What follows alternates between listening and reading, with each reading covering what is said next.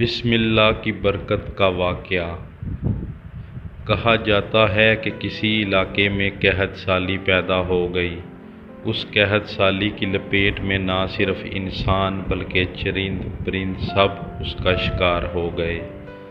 مویشی مالکان بے حد پریشان تھے۔ اس دوران ایک مسجد کے مولوی نے جمعے کے خطبے میں نہایت یقین کے ساتھ یہ بات بتائی کہ اللہ کا نام لے کر یعنی بسم اللہ پڑھ کر دریا کو حکم دیا جائے تو وہ بھی نافرمانی نہیں کرتا۔ خطبہ سننے والوں میں ایک چرواہا بھی موجود تھا۔ مولوی کی یہ بات اس کے دل میں اتر گئی اور اس بات پر اس کا یقین کامل ہو گیا۔ اس نے واپس آ کر اپنی بکریاں کھولیں اور سیدھا دریا پر چلا گیا۔ اونچی آواز سے بسم اللہ الرحمن الرحیم پڑھا اور دریا کو کہا وہ اپنی بکریاں چروانے کے لیے دوسرے پار جانا چاہتا ہے، اور اسے کہا کہ مجھے اپنے اوپر سے گزرنے دو۔ یہ کہہ کر اس نے اپنی بکریوں کو لیا اور دریا پر چلتا ہوا دریا پار کر گیا۔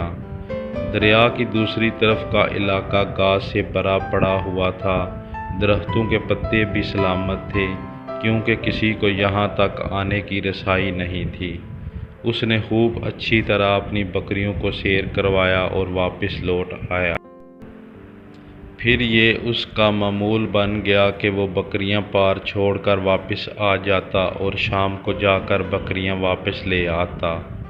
اس کی بکریوں کا وزن دگنا چگنا ہو گیا۔ لوگ چونک گئے اور اس سے پوچھا کہ وہ اپنی بکریوں کو کیا کھلاتا ہے۔ وہ سیدھا سادہ اور صاف دل نوجوان تھا۔ اس نے صاف صاف بات بتا دی کہ جناب میں تو بسم اللہ الرحمن الرحیم پڑھ کر دریا پر چل کر اپنی بکریاں دوسری طرف چروانے لے جاتا ہوں۔ یہ بات سب نے سنی مگر کسی نے اس چراوے کی بات پر یقین نہیں کیا کیونکہ یہ ناقابل یقین بات تھی۔ مگر بات ہوتے ہوتے مولوی صاحب کے پاس پہنچ گئی۔ مولوی صاحب نے اس چراوے کو بلایا اور سارا ماجرا پوچھا۔ اس چراوے نے مولوی صاحب کو ہی حوالہ بنا لیا کہ مولوی صاحب میں تو آپ کا شکریہ ادا کرنے والا تھا۔ آپ نے جمعے کے خطبے میں جو نسخہ بتایا تھا کہ بسم اللہ کہہ کر دریا کو بھی حکم دو تو وہ بھی انکار نہیں کرتا، تو میں تو بس آپ کے نسخے پر ہی عمل کر رہا تھا۔ مولوی صاحب حیرت سے اس کے چہرے کو دیکھتے رہے۔ مولوی صاحب نے کہا بھائی صاحب ایسی باتیں تو ہم ہر جمعے میں کرتے ہیں، فقط ان کا مقصد لوگوں کا ایمان بنانا ہوتا ہے۔ مگر بکریوں والا ڈٹا رہا کہ میں تو بسم اللہ پڑھ کر پانی پر چلتا ہوں اور بکریوں سمیت پانی پار چلا جاتا ہوں۔ آخرکار مولوی صاحب نے صبح خود یہ تجربہ کرنے کی ٹھانی، جسے دیکھنے چراوے سمیت پورا علاقہ بھی آ گیا۔ مجمع زیادہ تھا۔ مولوی صاحب نے ایک دو بار سوچا کہ انکار کر دوں کہ کہیں ڈوب نہ جاؤں، مگر وہ جو مولوی صاحب کو کندھے پر اٹھا کر لائے تھے اب بھی جوش و خروش سے اللہ اکبر کے نعرے لگا رہے تھے اور مولوی صاحب کے حق میں تعریفیں کر رہے تھے۔ آخرکار مولوی صاحب نے اپنے ڈر کو دور کرنے کے لیے ایک رسا منگوایا۔ پہلے اسے ایک درخت کے ساتھ باندھا، پھر اپنے کمر کے ساتھ باندھا، پھر ڈرتے ڈرتے ڈھیلا ڈھیلا بسم اللہ پڑھا اور دریا پر چلنا شروع ہو گئے۔ مگر پہلا پاؤں ہی رکھا تھا کہ پانی میں گر گئے۔ مولوی صاحب ڈبکیاں کھانے لگے اور پانی کے بہاؤ میں بہنا شروع ہو گئے۔ لوگوں نے کھینچ کھینچ کر باہر نکالا۔ مولوی صاحب کی اس حرکت نے چراوے کو پریشان کر دیا کہ مولوی صاحب کی بسم اللہ کو یہ کیا ہو گیا ہے، کیونکہ اس کا یہ روز کا معمول تھا۔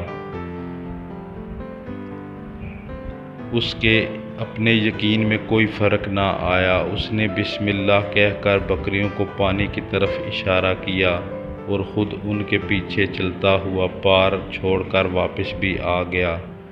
لوگ اسے ولی اللہ سمجھ رہے تھے اور اس کے حق میں نعرے لگا رہے تھے۔ مگر وہ سب سے بے نیاز سیدھا سادہ انسان تھا۔ وہ مولوی صاحب کے پاس پہنچا اور کہا، مولوی صاحب، میں آپ کی بسم اللہ کی تعریف سے کافی پریشان تھا، مگر پانی پر چلتے ہوئے مجھے آپ کی بسم اللہ کی بیماری کا پتہ چل گیا۔ اس چراوے نے درخت سے بندھی رسی کی طرف اشارہ کیا اور کہا، مولوی صاحب، یہ ہے آپ کی بسم اللہ کی بیماری، آپ کی بسم اللہ کی برکت کو یہ رسا کھا گیا۔ آپ کو اللہ اور بسم اللہ سے زیادہ اس رسے پر بھروسہ تھا، لہٰذا اللہ نے بھی آپ کو رسی کے حوالے کر دیا۔ پھر کہنے لگا، مولوی صاحب، آپ بھی کمال کرتے ہو، میں نے آپ کے منہ سے سنا اور یقین کر لیا، اور میرے اللہ نے میرے یقین کی لاج رکھ لی، مگر آپ نے اللہ کا کلام سنا مگر یقین نہیں کیا، لہٰذا آپ کو اللہ نے رسوا کر دیا۔ محترم عزیز دوستو، یہی کچھ ہمارا حال ہے، ہماری نمازوں اور دعاؤں کا حال بھی یقین سے خالی ہے۔